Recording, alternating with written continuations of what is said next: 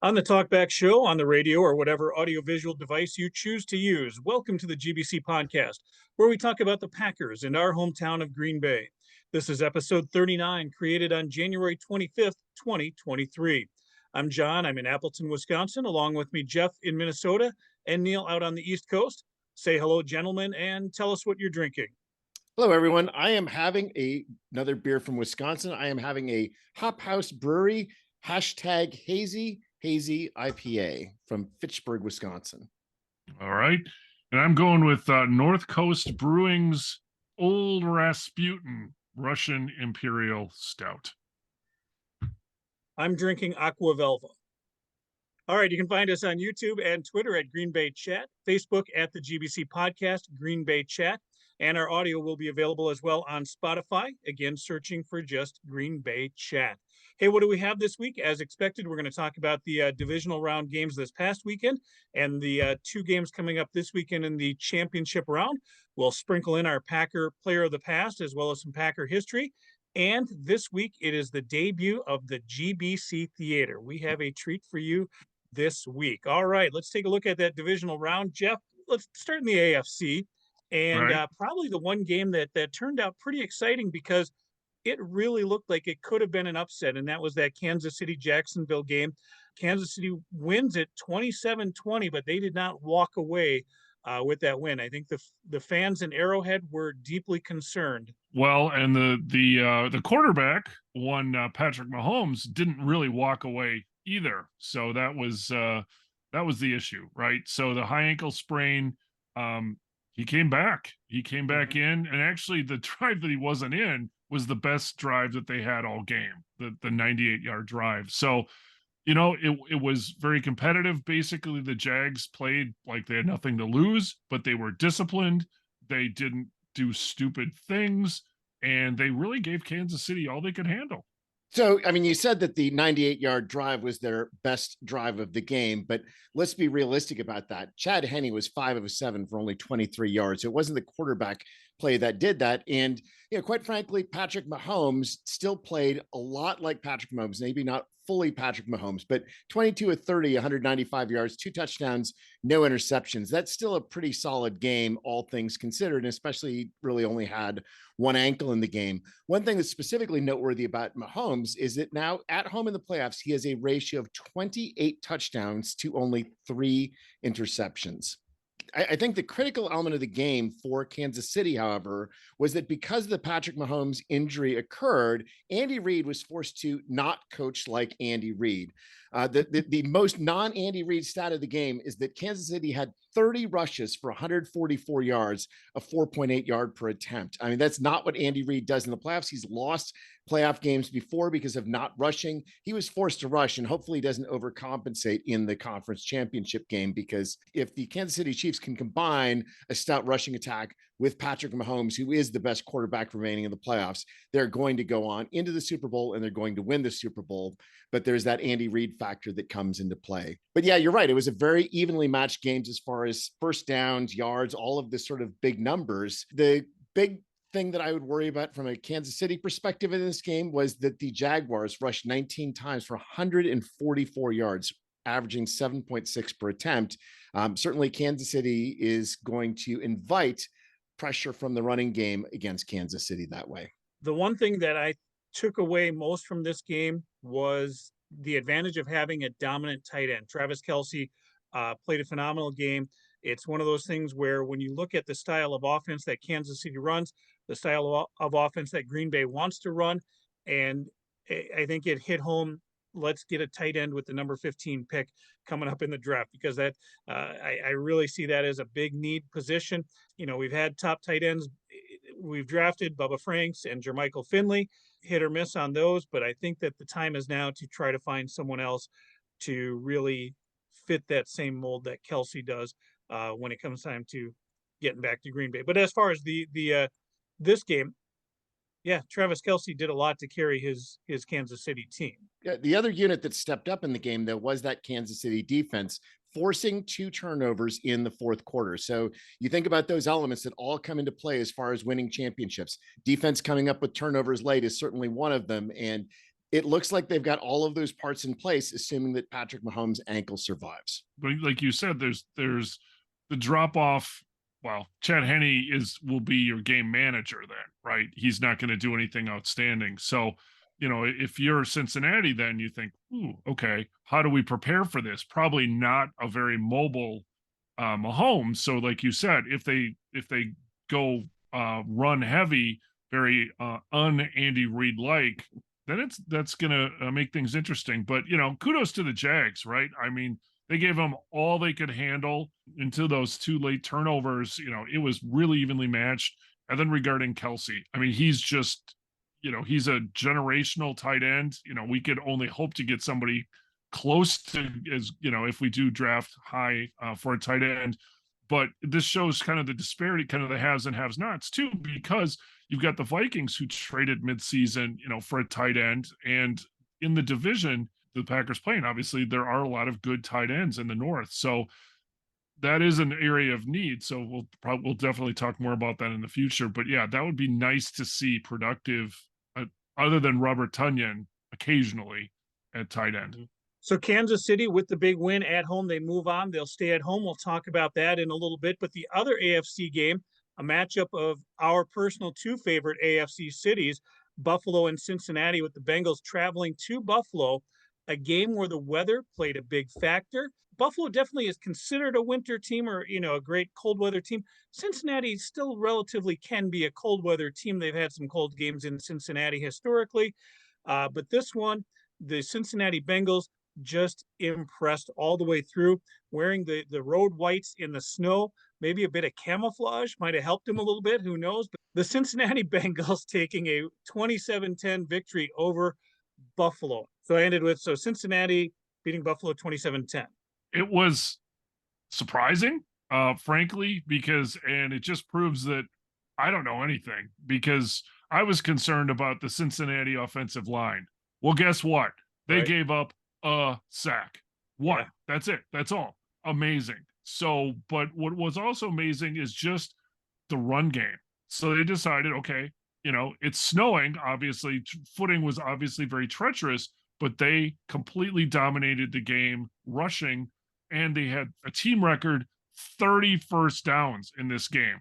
So they had rushing, they had ball control, they took the crowd out of it, and it was shocking to hear Cincinnati fans in Buffalo at during some portions of the game. I was just, Bengal Jim's got to be smiling. I hope he went back and watched this multiple times, because I was really shocked by that, based on the fact that the Bills fans, when we were there, were extremely vocal. And so, it was a beautiful game to watch. Again, we got the Snow Bowl, the snow coming down and things like that, but just a big surprise. And I think for Buffalo, they're just, their emotional energy tank just ran out. Well, the other thing about things running out is that they've had a series of major injuries going on throughout the season. And I think this might be the situation where Buffalo finally had just one too many injuries against a good team. So looking at that game from a statistical perspective, though, one of the things that's was clear is that, and why they were able to take the crowd out, is because Cincinnati took that lead early and just never relinquished it, right? Cincinnati had at least a 2-score lead basically from the end of the first quarter. And this is borne out by the halftime statistics. So in the first half, Cincinnati had 18 first downs to only 8 for Buffalo. They had 274 yards of offense in the first half compared to only 135 for Buffalo. And you look at Joe Burrow's numbers in the first half, he was 18 of 27, 186 yards, 2 touchdowns, no interceptions. They built up that big lead, and then the running game just took complete control as far as the second half is concerned, with them finishing with 172 rushing yards. Just, yeah, the ability to dominate a team that we thought was, the best. I mean, Jeff and I both thought that they were winning the Super Bowl, and to have that level of domination is something that is really impressive. And it's domination on offense and on defense. So the Bills only had 63 rushing yards in the game. They only averaged 3.3 yards per attempt in the game. There are a couple of things about that Cincinnati line that were aided by game planning, but were also aided by the snow. And so the big statistic as far as Joe Burrow avoiding getting sacked is he got the ball out on average in 2.5 seconds. That was the second fastest of any quarterback in the divisional round. only behind Jalen Hurts. But they were certainly aided by the fact that it was snowing on the ground, and it is statistically demonstrated that snow aids the offense, and snow specifically slows down the pass rush. And the thought is the offense knows where they're going, the defense doesn't know where they're going. And so the plants and all of those things take advantage of the offense in the snow. And the statistics bear that out, that pressure rates go down dramatically in snow games compared to non-snow games. And the pressure that Buffalo could put on Joe Burrow was certainly reduced, not only by the quick getting the ball out, but also by the fact that the game was played in the snow. And I think that this is something that we've thought about before for the Packers, is there a potential that there's a home field disadvantage for teams in these very cold games? And I think that was something that played itself out as far as this game is concerned. Who knows in a different type of situation, but being able to reduce the pressure on Burrow, and Burrow only faced pressure on 21% of his passing plays, certainly is something that is going to help Cincinnati's game, help them move that ball along, help them build up a truly dominant game when they did not have a line that was at full strength. So in addition to that, what we haven't talked about is the chip on Cincinnati's shoulder, which completely didn't take into account, at least I didn't last weekend. I think that was, the us against the world mentality, the no respect, what, pick one, whatever. They played like it was like, okay, fuck you, we're going to do this and we're going to win. That's the impression that I got. That was the impression from Burrow in the interview afterwards. He's mentioning the refunds, not being a dick about it. He just was very calm, very just, we did this. We're going to continue to do this until somebody's going to do something about it. So they're my new favorite Super Bowl pick now. So one of the other things, though, about that, the entire world is against this kind of mindset, is that teams, after they lose the Super Bowl, typically have a hangover the following year. It is rare for a team to return to the Super Bowl after losing the previous year. They typically have a tough season. Certainly the Bills in the early 90s are an exception to that, but they sort of started out their season with the hangover. I don't remember exactly what the record was at the beginning, but it was pretty poor at the beginning. And then they've just poured it on ever since that point. It's like they decided we're going to get our hangover done in the first month and a half. That's out of our system. And yeah, we're just the better team. We've got the will. We know what we need to do, and we're just going to do it. And then they've got these added chips from the lack of respect from the NFL as far as saying that, no, this is going to be in Kansas City next week, and overlooking the fact that, well, Cincinnati plays a role as far as who's playing in the championship game. Well, Neil, not only is it rare for the losing team of the Super Bowl to get back to the Super Bowl, it's rare for that team to then win on their second trip. It's only happened 3 times. The 1971 Dallas Cowboys won after losing the prior year. Those Cowboys beat the Miami Dolphins, who then in 1972 won the Super Bowl. That's 2 of the 3. The third one is the 2018 New England Patriots. So only 3 times has that happened. So Cincinnati has this opportunity not only of returning as the loser, but then getting the win. They would be the 4th team to make the victory there. As far as their Buffalo, first overall win too, then, because they have yet to win a Lombardi Trophy. So as far as the Buffalo fans goes, I think we can empathize with you. Having a home game and having it snow, and just thinking that the weather is on your side and you're going to dominate. We feel you. We've been there, and it is terrible. It is a terrible feeling when your team does not come through for you, and there is just nothing you can do but just sit and watch to the bitter end. Now, the thing that I did like about this game that was interesting, Jeff, you mentioned it. I mean, first of all, Cincinnati showed up. The fans showed up. We heard them on TV with the Who Dey chant. But these 2 cities actually have a really friendly attitude towards each other, which is great. And with our trips to Cincinnati and Buffalo, I'm not going to say anything bad about either town. And the fact that these 2 towns, when they get together and play, they get along as well. And it really shows. So I think that there's a lot of respect coming out of this game from the Buffalo fans for Cincinnati, which is a good thing because that is a good team heading into Kansas City next week. All right, let's head over to the NFC and start off with the Saturday night snooze fest. That was the Philadelphia Eagles and the New York Giants, 38-7, the final on that one. Not a lot we can say about this. I think it was expected. We knew the Giants were kind of frauds coming into this as well. The way that their season went, they peaked mid-season and sneaked their way into the playoffs. Philadelphia showing why they were the number one seed. They just, I think they were hitting on all cylinders there. I don't know, Neil, did you notice the crowd in Philadelphia, or anything you want to say about your Philly fan? I'm just amazed that you didn't call it the Saturday Night Massacre, because that's really what it was. I mean, 268 yards of rushing. I mean, 268 yards of rushing.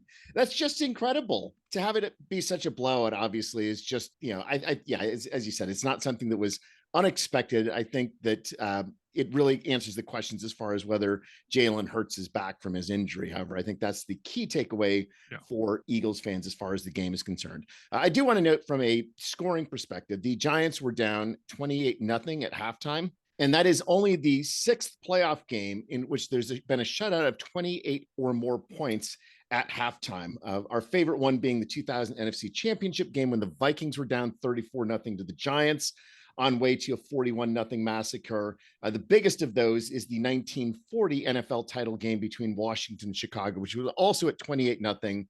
But went all the way to 73-0 in the most infamous title game of all time. And so I guess the Giants can be happy that they did not lose 73-0, but that's only because Philadelphia took its foot off the gas at the end of the game. I will note that the Packers lost, I said 28-0. Packers were behind 27-0 to San Francisco in the 2019 NFC Championship game. So we can't feel too good about how we fit within that history, but Philadelphia was dominant, and this is going to be a very interesting game against San Francisco. I have nothing to add. It was boring. It was an ass kicking, and that's all it was to it. So Philadelphia will host the San Francisco 49ers. The other game that, boy, this one went back and forth. This one looked like it could go either way, between the San Francisco 49ers and the Dallas Cowboys. San Francisco pulls it out with a score of 19-12, but not before Dallas really, I don't know. They tried to score at the end. We'll talk about that in a little bit, but the game in general, low scoring affair to start off with. Neither team could really get to the end zone there in the first half, so to speak, but it just was one of those games where it looked like it was going to go either way, right, Jeff? It did, but then it really boiled down to coaching, right? You had the kicker drama, the controversy. You've got the ass hats. That was a good game for special teams. It was a weird game. Both teams were unsettled, right? It just seemed like, but neither team was like really took the mantle. Said, okay, we're the better team. We're gonna come out in the second half and dominate. So it was still kind of this weird back and forth thing. I was surprised that kind of both teams, with the season on the line, they were both kind of almost playing not to lose. The soft defense, there was a lot of weird things. And then there was the last play, which again we'll get to, which is beyond bizarre, which I guarantee it's just, I don't know. Social media after that on all fronts, everybody's like, what was that? So I want to go back a little bit earlier in the fourth quarter, though, and specifically when Mike McCarthy had the ball at the San Francisco 40 for a 4th and 5 and chose to go with the delay of game and a punt. 4th and 5 at the San Francisco 40-yard line. That is a situation where it's inconceivable to me that you would decide that the right decision in that circumstance is to punt the ball. Yes, I understand that San Francisco had not been moving the ball very well, but as it turns out, San Francisco was knocked down to, around their 10-yard line, but that's the drive that they scored the game-winning touchdown on. And I don't understand punting at that position. And Dallas had another 4th down near midfield where they also chose to punt rather than go for it, perhaps a little bit more defensible, at least from a Troy Aikman perspective. But yeah, the overall numbers as far as the game was concerned were pretty even. San Francisco had 30 more yards than Dallas did. Not a whole lot to differentiate the teams as far as the offense, other than Dak's 2 interceptions that he threw.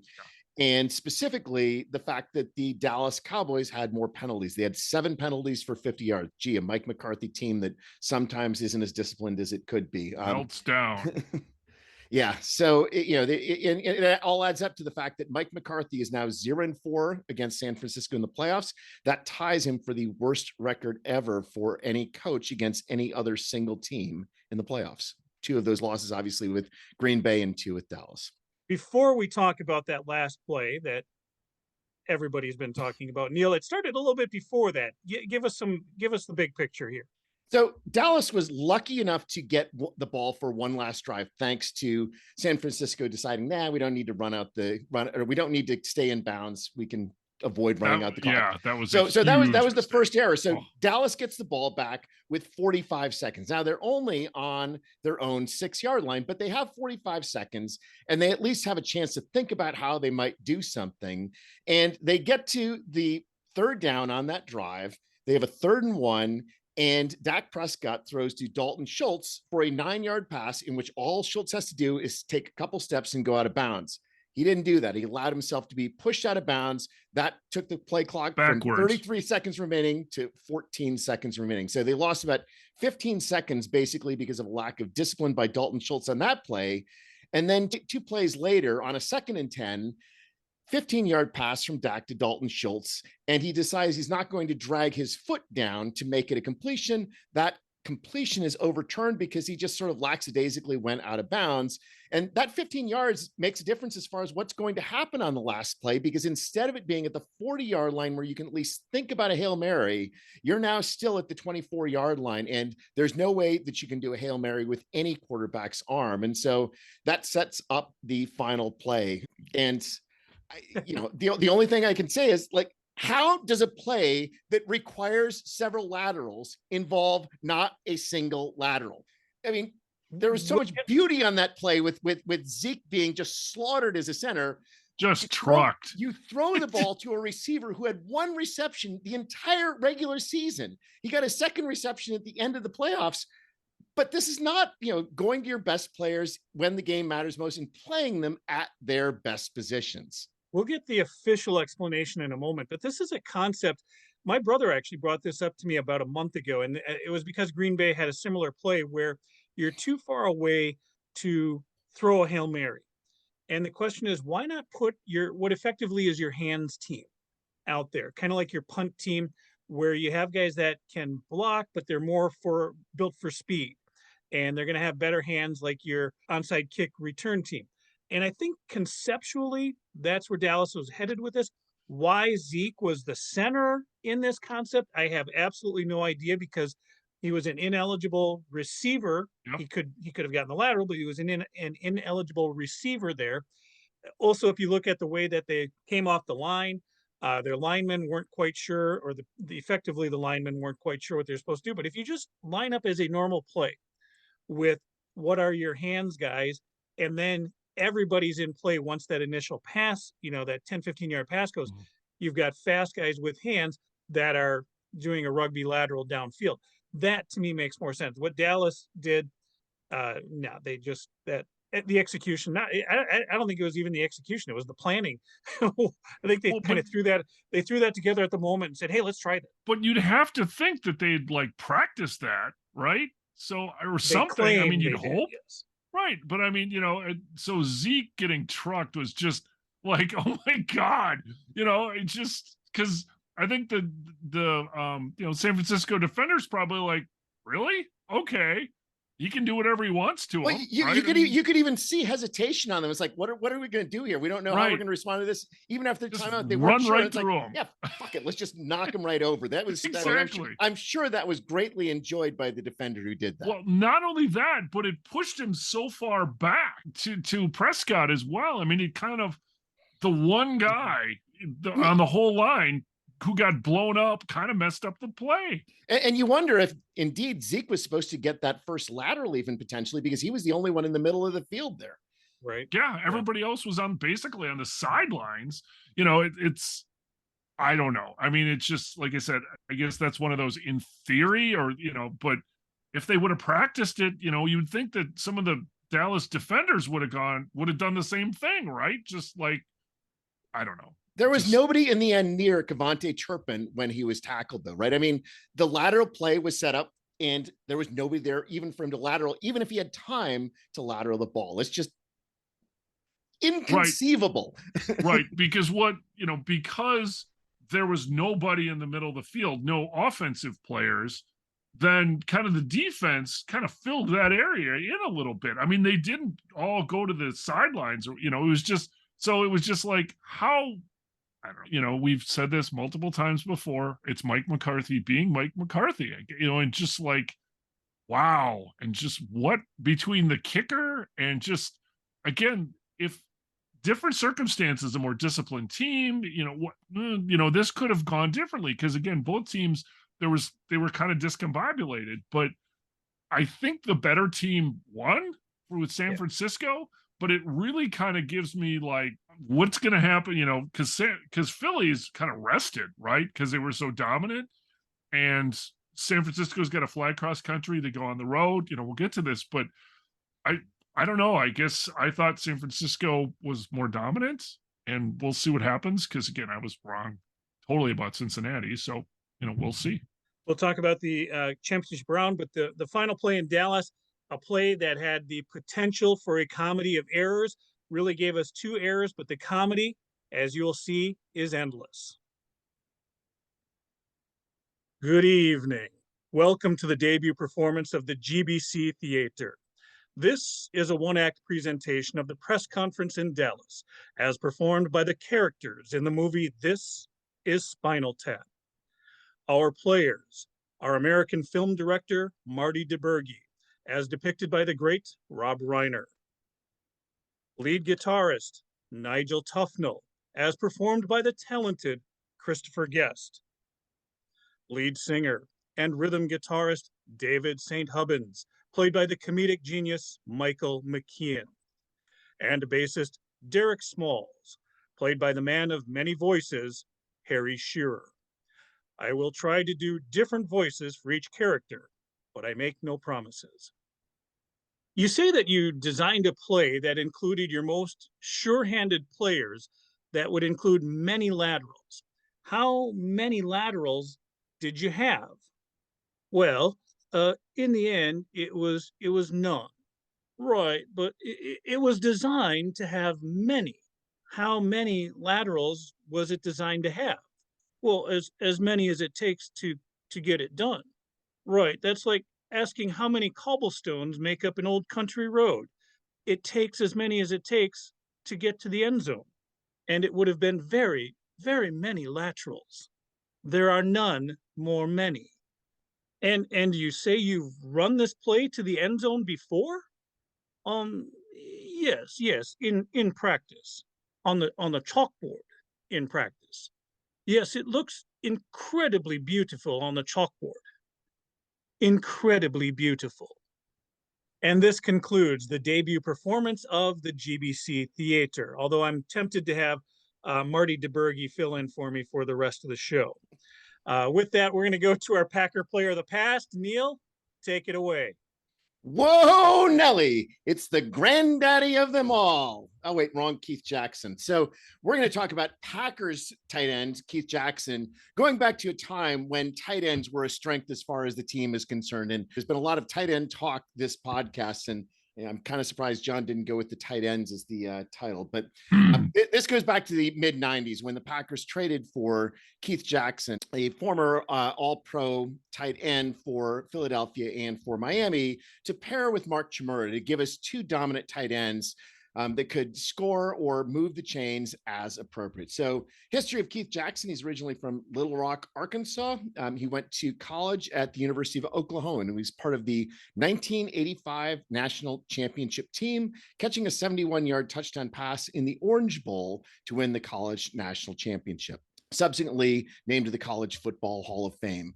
He was drafted by the Buddy Ryan Philadelphia Eagles in 1988. First round is the 13th overall pick. So yes, you get a 13th overall pick tight end.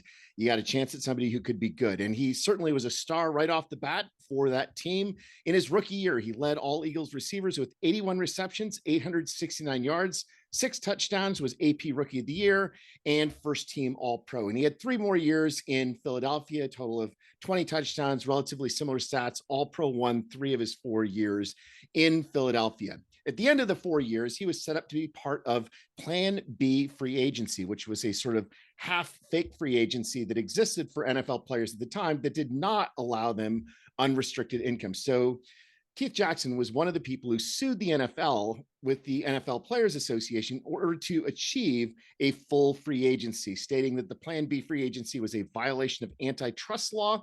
And indeed, the NFL Players Association won, and he was one of the first in that class of pure free agency, something that certainly changed the entire game of the National Football League, and certainly for Packers as well. I should note that during his time with the Philadelphia Eagles, he was also friends with Reggie White.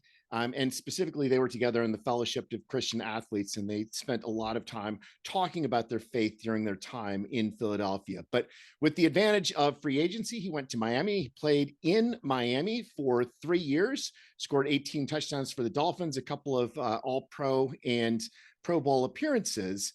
And in the spring of 1995, he was traded to Green Bay, and the Packers gave up a second-round pick to get Keith Jackson and a fourth-round pick. Now, Keith Jackson was not happy about being traded to Green Bay. He originally decided that he was not going to report, but eventually was convinced by his friend Reggie White to go play for the Packers. And that certainly is something that played out extremely well for those Packers teams in the mid-1990s. So his first year, he became adjusted to the team, had a modest number of receptions. He started to make his name among Packers fans in the playoffs. So specifically in that divisional round game of the 1995 playoffs, the one where the Packers beat San Francisco, the one that we've talked about previously, he had 4 receptions for 101 yards. And specifically, he scored a touchdown on a pass from Favre in the first quarter that gave the Packers the 14-0 lead in that game. And it's that early lead that really defined everything else about that divisional round game and that glorious divisional round victory over the San Francisco 49ers. The following week, we played Dallas in the NFC Championship game, and our first NFC Championship game since going back to the 60s.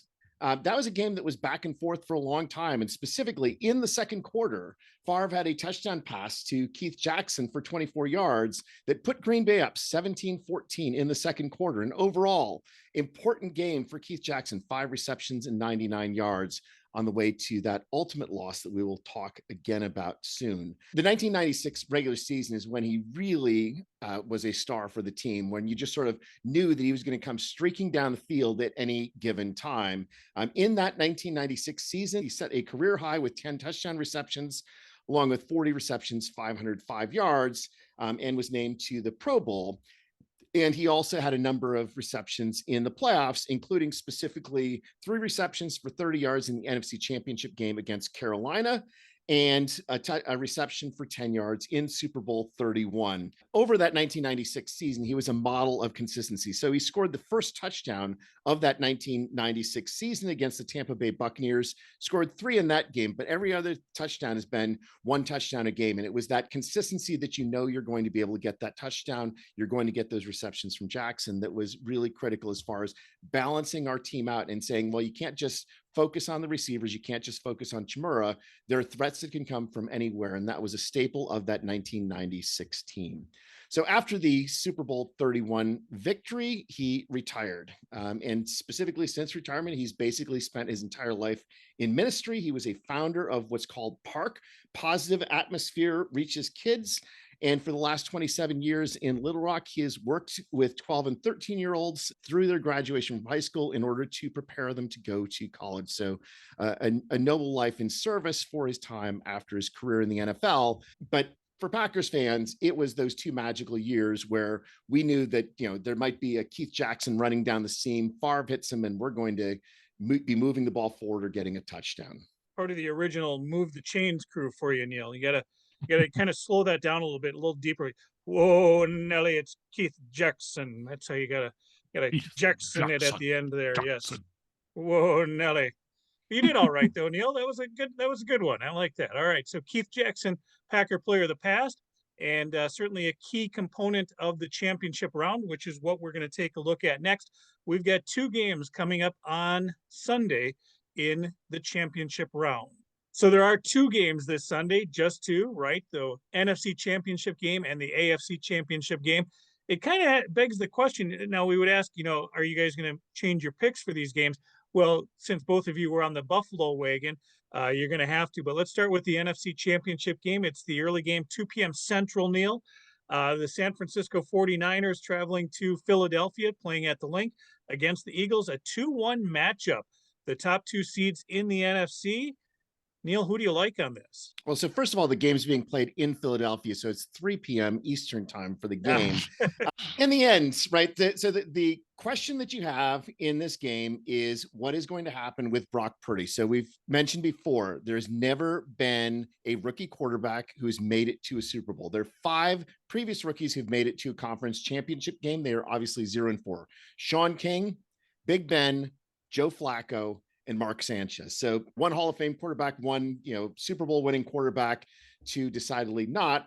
So that's the downside as far as San Francisco. But and I do think Philadelphia has looked really strong, right? Their domination of the Giants is not the only game that they've dominated all year. They've been an incredibly strong team all year, but I think they've just been a step behind where San Francisco is. And those numbers are borne out by weighted DVOA. San Francisco's first, Philly's 5th in the NFL. San Francisco's 2nd in offense, Philly is 6th. San Francisco is 3rd in defense, Philly is 8th in defense. So these are teams that are very good, but there's a difference. And in all of those DVOA numbers, there's a significant difference between those teams. There's the eye test, right? We know how much talent that San Francisco has in their skill positions other than quarterback on offense and how much they have on defense. There's an experience factor that comes into play. So this is not the first rodeo for Kyle Shanahan, Nick Bosa, et al. In fact, San Francisco is now in their 6th NFC Championship game in the last 12 years. More importantly for this regime, their 3rd NFC Championship game in the last 4 years. And I think what's most distressing to me as a Packers fan about that is in those 6 NFC Championship game appearances, they've had quarterbacks including Alex Smith, Kaepernick, Jimmy G, and now Brock Purdy. That's been good enough quarterback play to get them into the championship games and to get them into 2 Super Bowls this far. And I think it's going to be 3 Super Bowls. And in the end, I think it just is that San Francisco is just a little bit better in all aspects of the game. I think that Philadelphia is going to make it a very good game, but I'm going with the team that is better all year, that's on the hot streak, and that has more experience in these games. Well, that's an interesting take, Neil. I was on the fence here. I initially, thought San Francisco, they're good. I mean, McCaffrey, Deebo Samuel, and Brock Purdy. So thus far, Brock Purdy has not played, obviously, like a rookie quarterback and has been very successful. This kid is cool under pressure. Sacks, interceptions, didn't phase him at all. His expression never changed. So I'm not going with San Francisco, though. I'm going to go with the Eagles. Now, the reason why I'm going with the Eagles, home field advantage. Okay, the link is going to be rocking. Okay, it's not going to be late, so the Eagles fans won't have all day to drink, but they'll have, part of the day to drink. The link is going to be rocking. Home field advantage. No travel time. San Francisco's got to travel across the country. But you know what? I think it's, well, like I said, I was wrong last week with the line play, but quarterback play. Right? Jalen Hurts has been really good this year and is in the MVP candidate talk, as well he should be. He's made a believer out of you, Neil. And, if really it comes down to it, not throwing the stupid interception or the forced ball or something like that, plus his legs. Hurts, if he needs to, can run.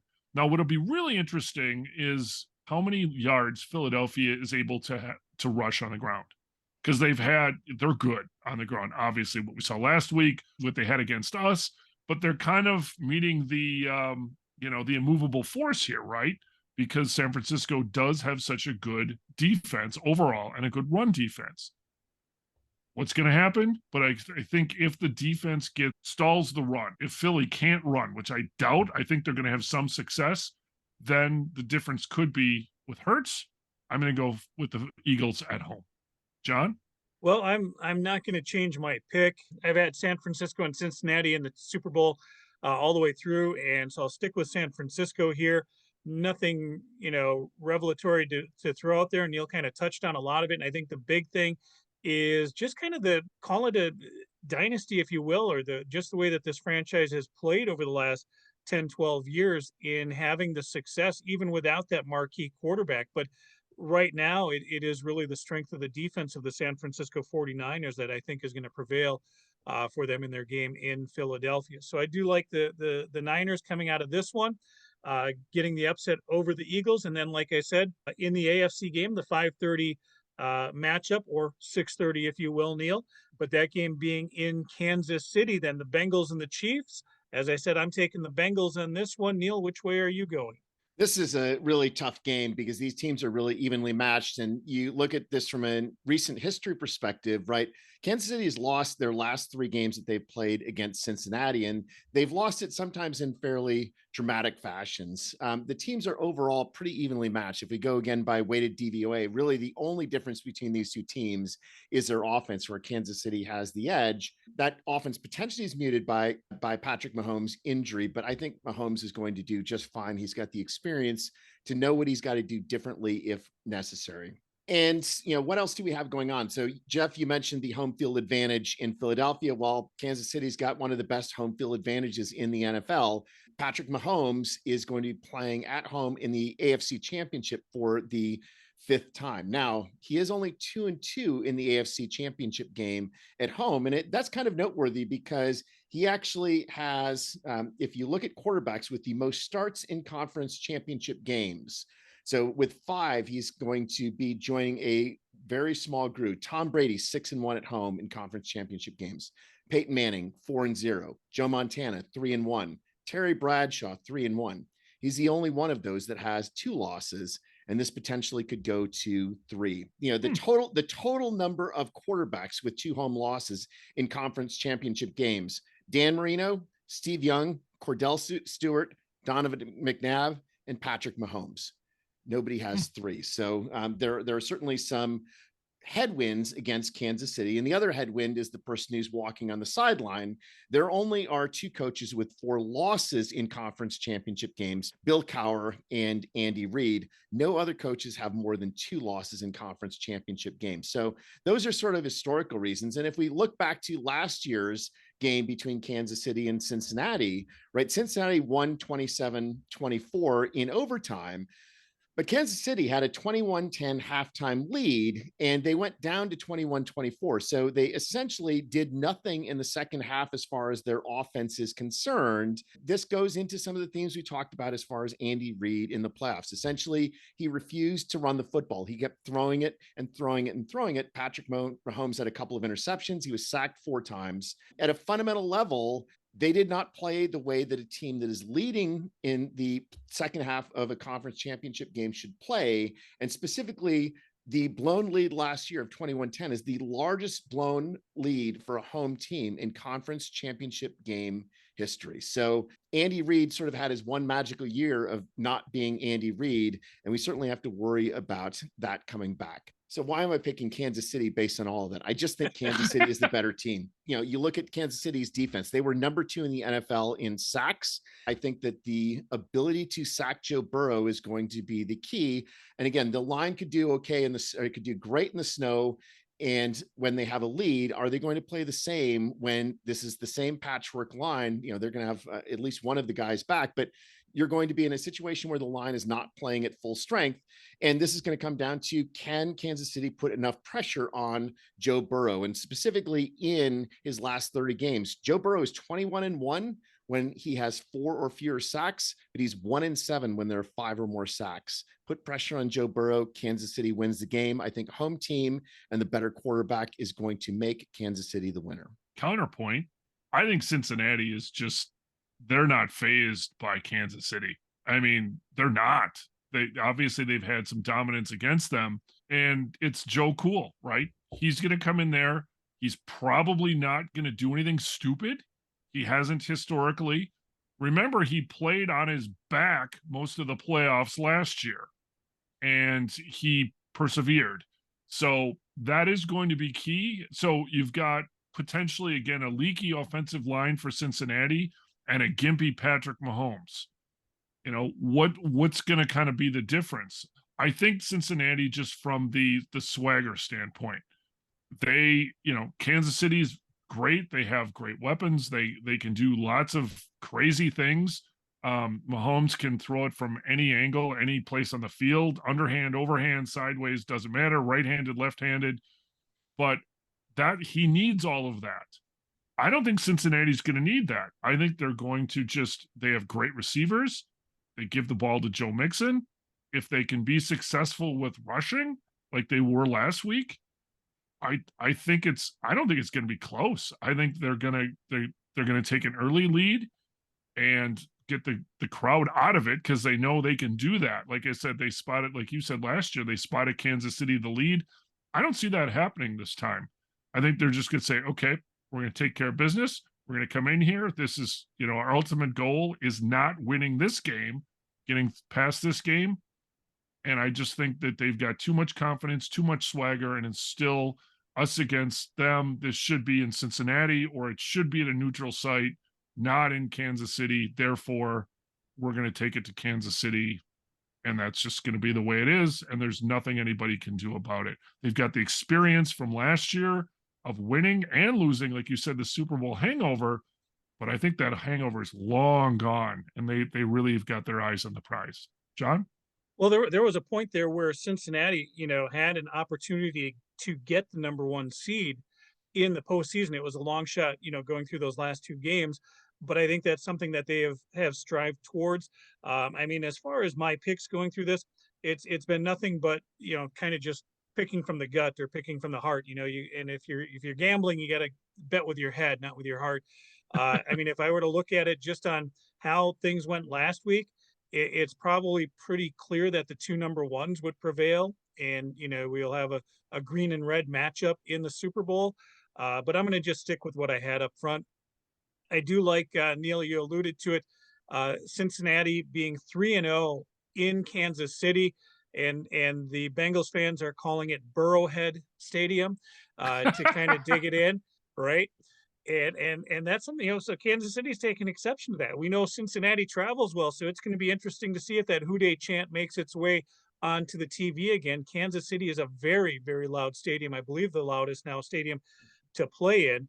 So if the Kansas City fans aren't taking it for granted that this is their 4th or 5th home AFC Championship game, and they show up and they are ready to carry their team, they can do well.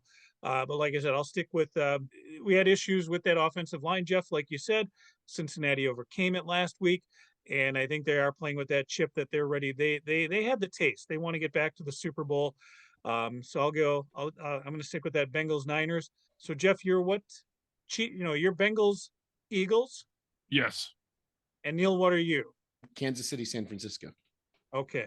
Oh, the Joe Montana Bowl for Neil, an all red matchup. All right. Yes. We'll see how it goes. We'll talk more about that next week, because we got lots of Super Bowl talk coming up. But before we get there, why not talk a little bit more about what championship weekend means? And with that, we go to Jeff for our bedtime story. So it's NFL Championship weekend. So specifically, the AFC and the NFC will be crowning their conference champions. Want to look back and just, what does all this mean? Not only how many have there been, spoiler alert, there have been less than the number of Super Bowls played officially, but how many NFC Championship games have the Packers participated in? So coming up in 2 weeks, a little over 2 weeks, is Super Bowl 57. I thought, okay, we have 50, there will have been 57 with this coming weekend conference championship games. That's actually not correct, as it turns out. Conference championship games have only been recognized since the AFL-NFL merger, so that's the 1970 season. But you know what? Let's, for purposes, and plus we get a couple more wins in there as well, I'm going to go back and just kind of review the 11 Packer NFC Championships games in the Super Bowl era. Packers, 11 out of 57, that's not too bad of a percentage. And believe it or not, the Packers are not first, or nor are they second. I'll cover that in just a little bit. So the first, what we would call the NFC Championship game, was played January 1st, 1967 at Dallas, where the Packers won 34-27. The next was played December 31st, 1967 in Green Bay, a little game called the Ice Bowl, again, beating Dallas 21-17. Then there's a really big gap. A really big gap. So the next game was January 14th, 1996 at Dallas again. And this was a loss. We've already, with Keith Jackson. So we've already discussed that. So there was a pretty large gap, almost 30 years. So but then the Packers got on a roll. So then in January 12th, 1997, in Green Bay, that was the Panthers. That was obviously a win, 30-13, which propelled the Packers to their first Super Bowl in almost 30 years with a win. Then they repeated. They showed up again January 11th, 1998. This was at San Francisco. This was also a win. Unfortunately, the Super Bowl did not turn out as well, and we will never watch football again at JP's house. So then there's a bit of a gap. Then we go another 10 years, January 20th, 2008. Neil and I were both at this game. This was the Favre pick game where it was damn cold and we lost to the Giants 23-20. Bounced back 3 seasons later, January 23rd, 2011. The NFC Championship game was in Chicago, and this was a win, 21-14. Since that point, things have not gone so well. The Packers have been in additional 4 NFC Championship games, and they're 0-4 in those games. January 18th, 2015 at Seattle. We've already covered that as well last week. Lots of beef Swellington going on there. Then the absolute ass kicking, January 22nd, 2017 at Atlanta. I was at that one. So then January 19th, 2020 against pretty much these same San Francisco 49ers, that ugly 37-20 loss. And then the January 24th, 2021 debacle at home against Tampa, 31-26. So overall, in the Super Bowl era, 11 championships and 5 Super Bowl appearances in 57 seasons, 4 Super Bowl wins as well. So other teams, have they been successful? Have they not been? Kind of where does this stand? So absolute futility in the NFC would be the Detroit Lions. In the Super Bowl era, they've appeared in exactly 1 NFC Championship game, and they lost that game in 1991. So they're the only NFC team that's literally never won an NFC Championship game in the Super Bowl era, which is, I guess, not surprising, but holy cows. A lot of the teams surprisingly have under 500 records. But there's a few teams that have almost perfect or almost perfect records. The Giants in NFC Championship games are 5-0. The Commanders are 5-1, or the Washington football team, or whatever the hell you want to call them. They're 5-1. And the Seattle Seahawks, believe it or not, are 3-0 in NFC Championship games. So what team has had the most success or been to the NFC Championship game the most in the Super Bowl era? That would be the team we've been talking about a lot of today, the San Francisco 49ers. This is their 18th appearance in the NFC Championship game in the Super Bowl era. However, they have a losing record. They currently stand at 7-10, pending Sunday's outcome. Then there's Dallas. They've appeared the second most, 16 times, and they're at 500, an 8-8 record, with 2 of those losses, again, to Green Bay early on, which officially aren't NFC, but we're going to call it that, NFC Championship losses. Then the Rams, believe it or not, in their various travels, they're third. They've appeared 12 times in the NFC Championship game. Their record, 5-7. Then comes Green Bay. We're at 11, and our overall record is 5-6. And then, kind of surprisingly, perhaps, the Vikings. They've appeared in 10 NFC Championship games, and their record also is a losing record at 4-6. And of course, all 4 of those wins were bitter disappointments in the 70s as losses. Dig that in, right? 0-4 in the Super Bowl. Yes. You know what? If I'm punching myself in the nuts, I'm going to take somebody with me. And that is your bedtime story tonight. Jeff, I'm going to add a little bit more beef Swellington to that, because your topic has inspired me to look at the Packers in those 11 NFC Championship games. And I'm going to think happily about the first two, but the biggest difference between the games that we won in the NFC Championship and the games that we lost had to do with our balance between the run and the pass. And it's really striking when you put all of these numbers together. So I'm going to ignore the 2 in the 60s. I'll just focus on the ones from the Favre and Rodgers era. So in that 1995 NFC Championship that we talked about earlier, Favre threw 39 passes, 307 yards, 3 touchdowns. We only had 12 rushes for a grand total of 48 yards in that game. It was a game in which we had a 43-12 ratio of passing plays to running plays. We win in 96. We had 45 rushes for 201 yards, only 29 passes. 97, we had 30 rushes for 116 yards to 27 passes.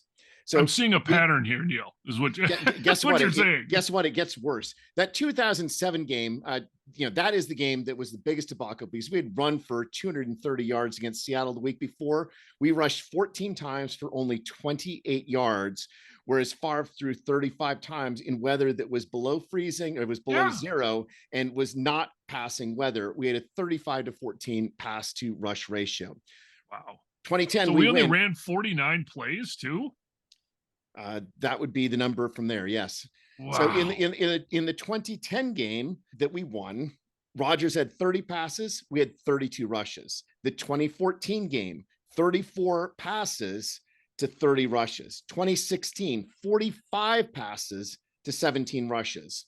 2019, 39 passes to 16 rushes. 2020, 48 passes to 16 rushes. If you look at our rushing in the 3 games we won in the Favre-Rodgers era, we had 107 rushes for 437 yards, averaging 36 rushes per game, averaging 146 rushing yards per game in the 3 victories, passing 17 of 29. So 36 running to 29 passing in the 3 victories.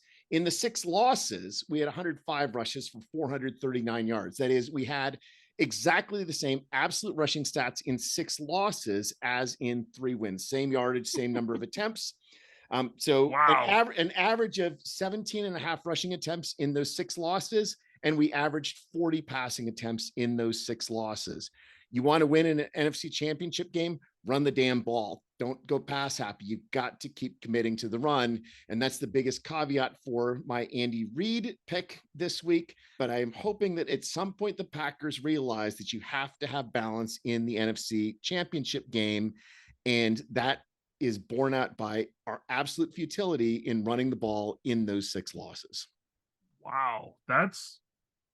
It seems so simple, right? I mean, that's a pretty big data set. I mean, seriously, right? I mean, yeah. The good news for Neil is he won't have to update this spreadsheet for next year. He's got it all ready to go. Totally. So what I'd be curious about, with again, San Francisco, Dallas, the Rams, if that kind of plays out as well, because clearly this is statistically very significant for the Packers. Is it for some of these other teams where they've had either futility or they've had success? So I don't know. I mean, the Giants, a lot of those wins were Eli Manning, right? So not exactly compared to his brother or whatever you want to say, but I presume they ran the ball a lot. So I don't know. That's interesting, Neil. Stay tuned. That 95 game, I was just angry all over again when I went back and looked at the statistics, right? Our leading rusher, Dorsey Levens, 9 rushes, 46 yards. We were running the ball well. We had leads at points in that game, and we decided, let's not do that. Let's just throw it as much as we humanly can. It's just, I see Brady, Tom a couple weeks ago, right? I mean, Same difference, right? Throwing all those, just that's usually not a recipe for success. And obviously your numbers bore that out. So very good. I just want to cry. That was a long time ago, Neil. There's nothing we could do about it. It's okay. 2020 wasn't that long ago, and it was 48-16 then. So, well, okay, fair enough. It's a simple game, right? Run the ball, run the ball. So based on that, we have to look then at these championship games the leading who ran the ball more or who won obviously is important a little bit, but in terms of if those numbers come is there out. balance, right? In the end, it comes down to balance, right? If you have balance, you're more likely to win because the defense is less likely to know what you're going to do. Yeah, we're at the point where I was going to ask if you guys had final thoughts, but that seemed like some pretty final thoughts to me on the week, unless you had anything else to throw out there.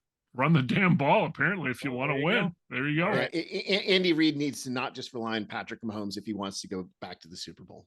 All right. Well, big news for us. Our TikTok account now has over 100 followers to it, has outpaced our Twitter and Instagram accounts.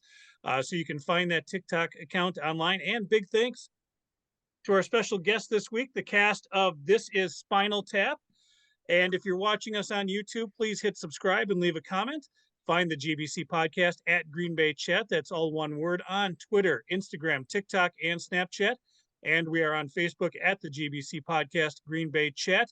And may you fully appreciate the magnitude of your impending good fortune. Thanks for joining us. Good night. Good night.